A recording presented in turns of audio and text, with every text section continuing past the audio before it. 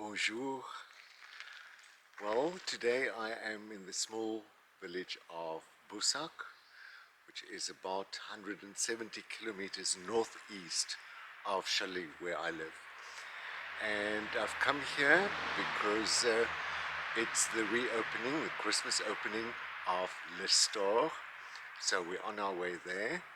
And the owner is Louis Jansen van Vieren, who used to be my painting and history of art lecturer at university.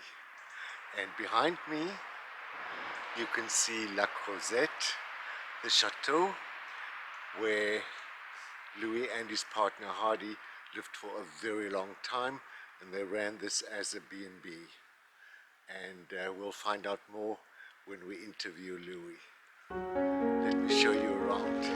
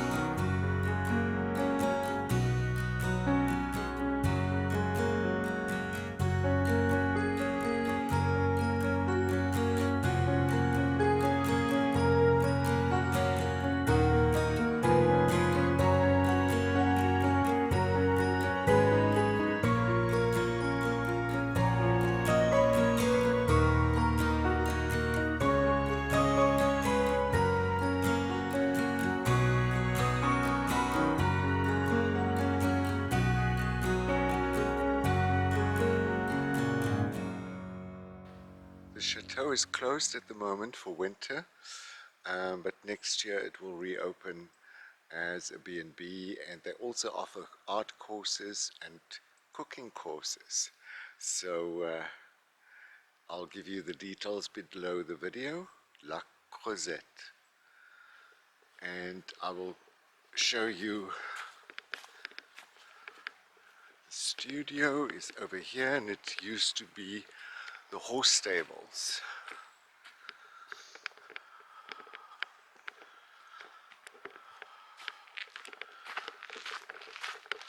Right, here we are.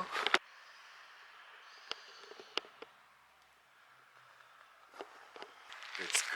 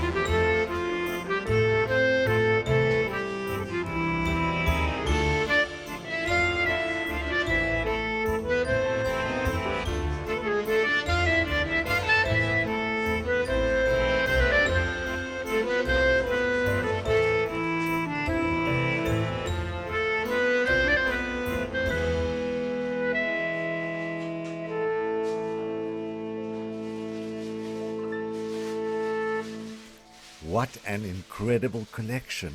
Ideal for Christmas shopping.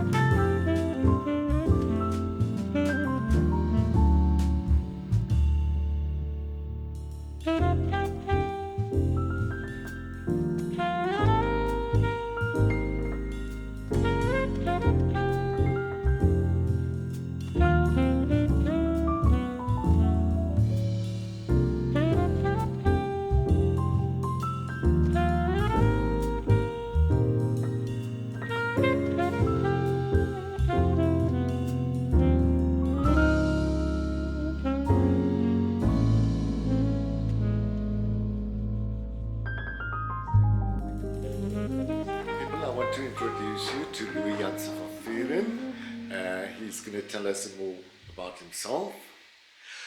Well, Leon knows me as one of his teachers way back. We come a long way, and both of us now live in France. We are quite happy doing that, and I think we are very brave doing that, but we are coping exceedingly well. Louis, how long have you been here? It is just over 23 years now. It's a lifetime. Wow.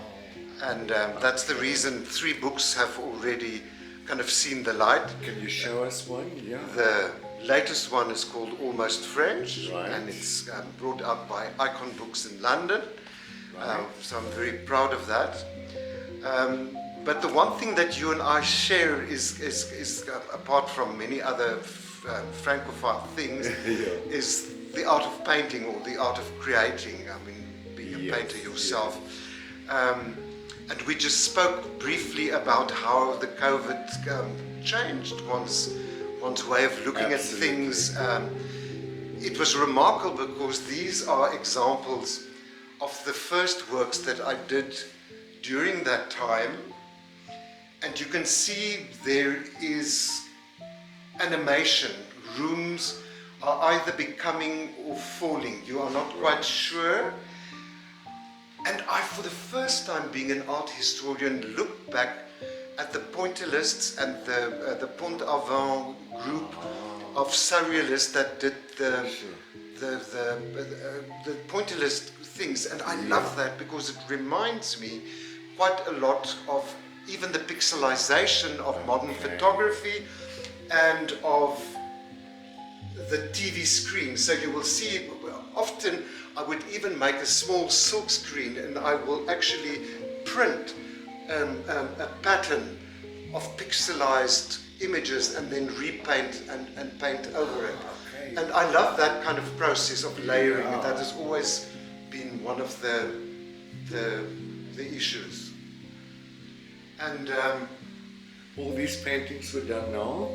this is an Recently. older painting, and my neighbor just very tongue in the cheek said, the last time I saw it in the exhibition there wasn't a duck. So I said, well, that's a post-COVID duck. It just needed some light. It was only the figure, but now, and I still think the painting will go further. We just had a space to fill. Another one of Love my this. favorite of this at this point is the is this one, and again spaces becoming, shifting. One is not exactly certain. It's like decorative pieces that come to the fore. Yeah. and go to the back. And then always like memory, I think sound and songs are the things that keep us together. I mean, Yes. right from your mother's little berceuse to your own memory, Yes. or your own soundtrack. Yeah. And you can see again here and there starts the breaking up, and this also again the pixelization, which I love.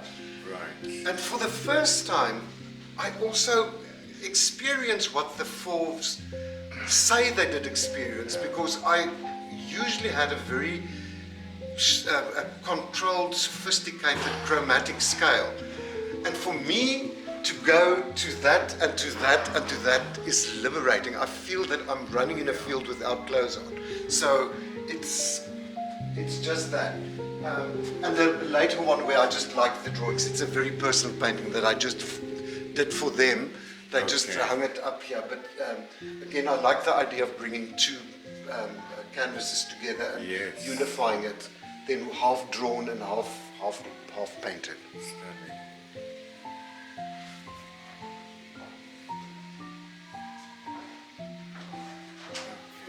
And this one, Louis? Again, interesting. This was an exercise that because one of my postgraduate studies was the Renaissance techniques, Right. and I did the specific one on linen, where there's a very slight verdaccio underneath. There's a green tint doing the flesh on top of it. And I'm now taking it to another point, and again, it is just one of those things. My old professor always said to me, Louis, if you think a painting needs to be finished off, it's already overdone. Okay. So I had a group of very interesting people the other day from South Africa, all artists, very well-placed artists. And I showed them the one piece, and I actually went to go and stand against the piece and said, but it's not finished. And after I told them what my professor had said, sign that painting, it's finished. So here I'm trying to let it be less than that, and I signed it. So I still want to actually tell you I want to go and work on it still, but I think it's done. If I've signed it, I have to stand away. It's like with show cook, where you put down your brushes, stand away. It's over. Thanks, Louis. Tell me about Le Store. Le Store is a concept store that started a couple of years ago. I bought the building, and then I thought a little gallery concept store would be very nice, and it actually grew so immensely. And then I was starting to think of retiring. My niece then came onto the scene, and they now built the building, and voila, now we're going to have a fantastic gallery here. And the store continues, and it's nice that there's some fresh, young vision. But she says, you just stay next to me, because I need to learn from you, which is nice. I like that. That's great. And apparently also a B&B later on? Yes, hopefully already the B&B might be working early in the year, because the rooms are close, and there's 4 bedrooms up here, and that would be the Vincent's, the tea room. And we're going to do it a little bit different, and this, it's beautiful in summer. We'll open here and have tables out, and we'll do, I think this is going to be the first vegan tea room in this side. Okay. We want to do things all organically sourced. We had one close to Châlus. Okay. A vegan restaurant. Oh, fantastic. But they closed down. Yes. And I really have now kind of make 5-course dinners and things, and you will never, I never tell the people, then afterwards when we have the last cup of champagne, I said, did you notice that you had no meat? So it's a bit of a thing for me. If it doesn't work, it doesn't work, but it's going, we're going to try it out that way. Well, I often went there with Annette, remember Annette? Yes. Yeah, and we loved it. Yes. Yeah, and we didn't miss the meat at all. No, sure, no. So it's going to be interesting, because we'll do all the things, all the cakes and the stuff there. Thank you, Louis. Thank you, and it's nice reconnecting, Leon. Absolutely. Thank you so much. Adi, jy kan net na by die pakkie kom. Roep gaan net vir die mense, asseblief man. Ali.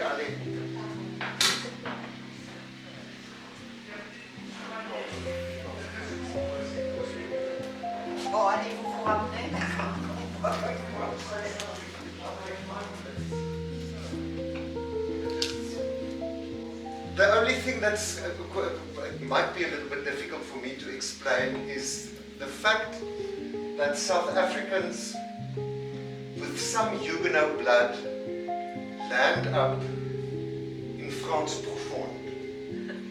Many of my French friends yesterday from Paris said, pourquoi? Pourquoi ici? Pourquoi pas à Paris? There's design and there's artworks, and I said, if you don't understand the heart of the Creuse, il y a quelque chose vraiment spécial. We landed here and we were accepted by our community with open arms.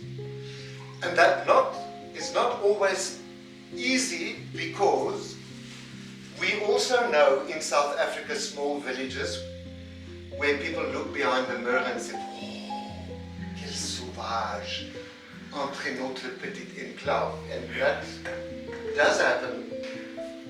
And today is especially important for me, because my family has joined us in France.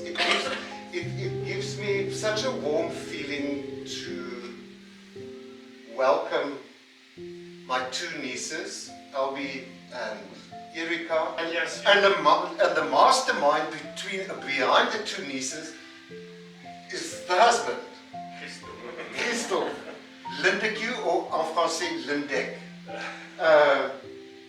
which actually keeps everything together. And we are extremely happy to say that this extension, this modern gallery with a tea room next year, will be part of a B&B and a restaurant, etc. And then, just to show you that South Africans have, like their rugby players, a hell of a lot of courage, they're renovating a listed chateau in the town.